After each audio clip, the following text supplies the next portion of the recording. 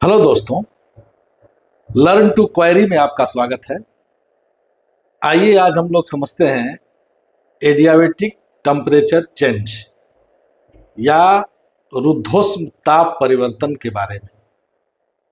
Adiabatic temperature change या रुद्धोष्म ताप परिवर्तन क्या होता है, इसके बारे में हम लोग आज थोड़ा जानने समझने की कोशिश करेंगे। तो साथियों, किसी भी वस्तु का तापमान, किसी भी वस्तु का जो टेम्परेचर होता है, तापमान होता है, उसमें परिवर्तन कैसे होता है। उसमें परिवर्तन जो है तब होगा, परिवर्तन का मतलब तापमान का बदल जाना। जैसे मान लीजिए अगर किसी भी वस्तु का तापमान, उसका जो टेम्परेचर है वो मान लीजिए 20 डिग्री सेंटीग्रेड है, यानी 20 सेल्सियस उसका टेम्परेचर है। लेकिन अगर उसको अतिरिक्त उष्मा कहीं से प्राप्त हो जाए, अगर कहीं से बाह्य स्रोत से, बाह्य माध्यम से उसको अतिरिक्त उष्मा प्राप्त हो तो और उसका टेम्परेचर बढ़ करके 25 डिग्री सेंटीग्रेड हो जाए, तो इसका मतलब ये हुआ कि उसके तापमान में परिवर्तन हो गया। उसका तापमान बढ़ गया तो 20 से 25 हो गया, तो उसका तापमान में उसके परिवर्तन हो गया। या अगर जो अपने उष्मा का ह्रास करके, अगर वो अपने उष्मा को खर्च करके अपना टेम्परेचर कम कर ले, अपना टेम्परेचर गिरा ले और उसका टेम्परेचर 5 डिग्री कम हो जाए, अगर 15 डिग्री सेंटीग्रेड हो जाए, तो इसका मतलब ये हुआ कि तब भी परिवर्तन हो गया। यानी उसका टेम्परेचर कम हुआ, 15 डिग्री सेंटीग्रेड हुआ तो परिवर्तन, बढ़ा तो भी परिवर्तन।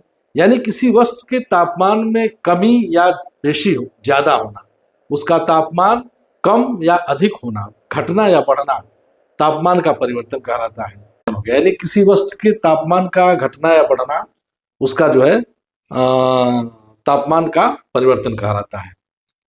और यह तापमान जो है उष्मा के आदान प्रदान से बदलता है। यानी उष्मा, किसी वस्तु में अतिरिक्त उष्मा प्राप्त होने पर उसका तापमान बढ़ जाता है और उस वस्तु के उष्मा का ह्रास होने पर उसका तापमान घट जाता है। लेकिन कोई वस्तु या पदार्थ अगर बाह्य माध्यम से उष्मा न ग्रहण करे और न अपनी उष्मा बाह्य माध्यम में किसी भेजे और उसका तापमान बदल जाए, यानी बिना उष्मा के आदान प्रदान के अगर किसी वस्तु के तापमान में परिवर्तन हो जाता है, तो ऐसे परिवर्तन को जो है एडियाबेटिक टेम्परेचर चेंज या रुद्धोष्म ताप परिवर्तन कहते हैं।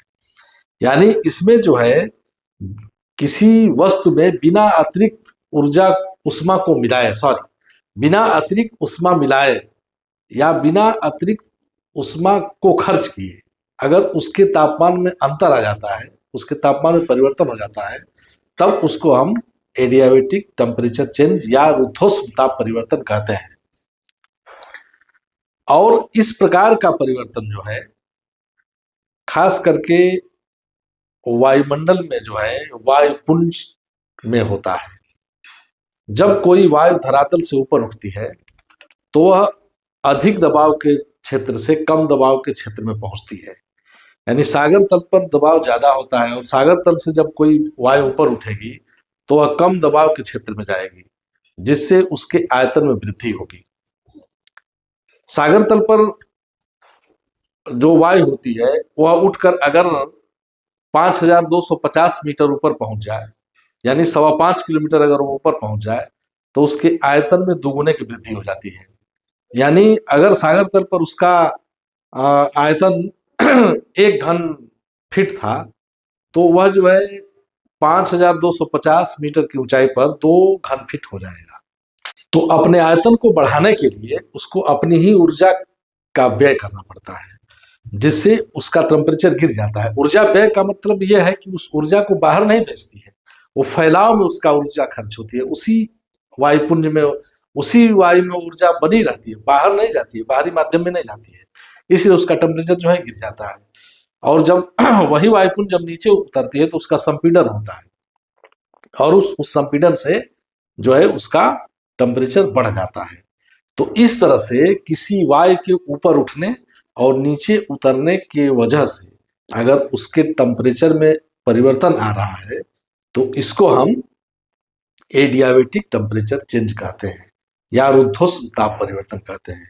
यानी कहने का यह मतलब है कि वायु के ऊपर उठने और नीचे उतरने, यानी आरोहण और अवरोहण के कारण ऊपर उठने से उसके आयतन में वृद्धि होती है और नीचे उतरने से उसके आयतन में कमी आती है।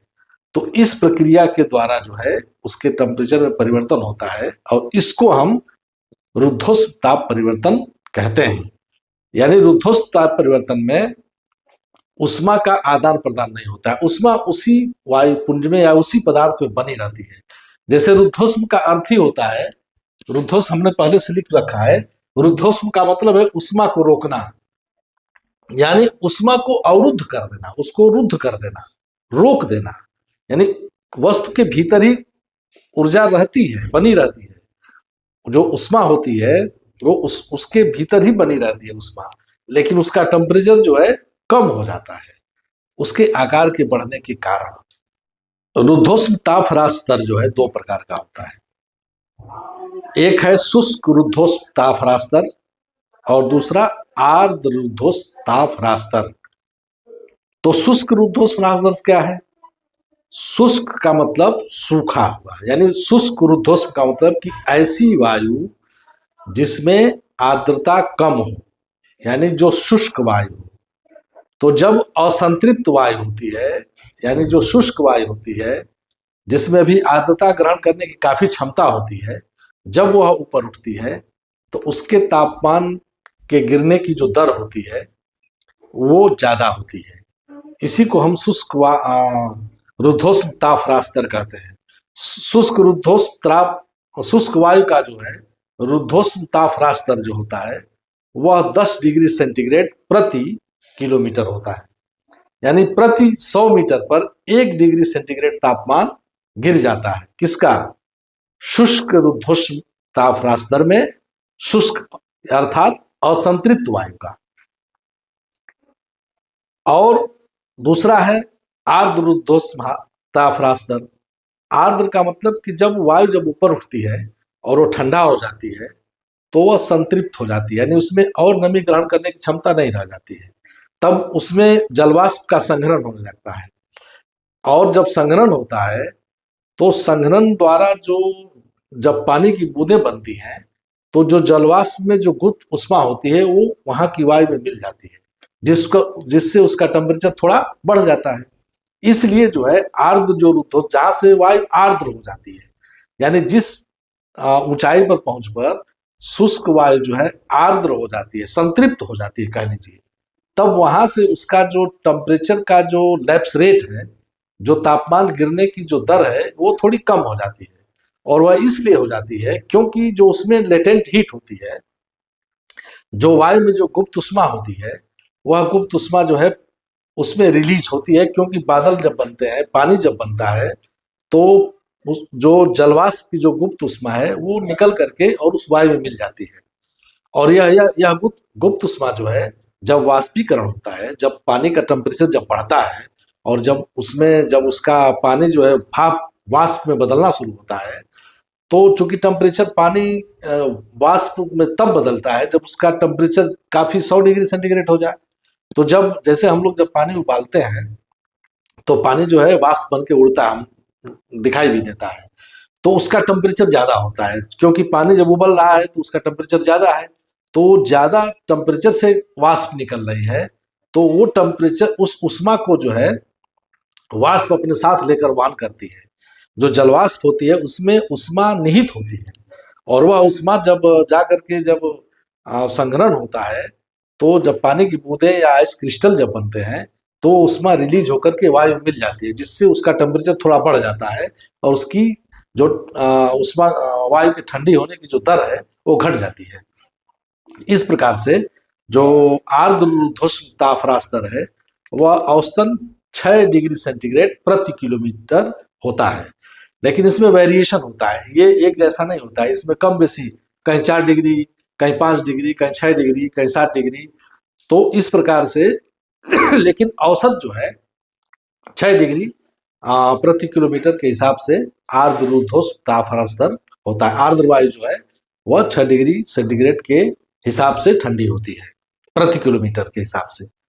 तो साथियों, इस तरह से हम लोगों ने समझा कि एडियाबेटिक टेम्परेचर चेंज क्या है या रुद्धोष्म ताप परिवर्तन क्या होता है।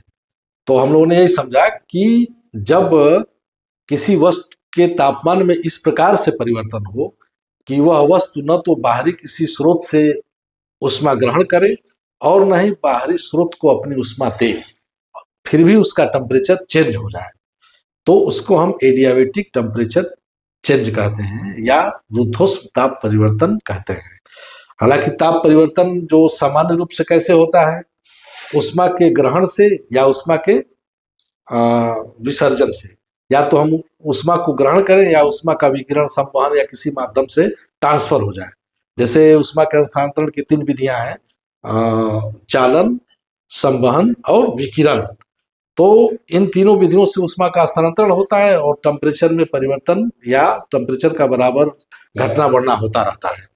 लेकिन इन विधियों के अलावा इसमें कोई न संवहन का सहयोग हो, न चालन का सहयोग हो, न विकिरण का सहयोग हो, इन विधियों के अलावा अगर टेम्परेचर किसी वस्तु का बदलता है, तब उसको हम एडियाबेटिक या रुद्धोष्म ताप परिवर्तन कहते हैं।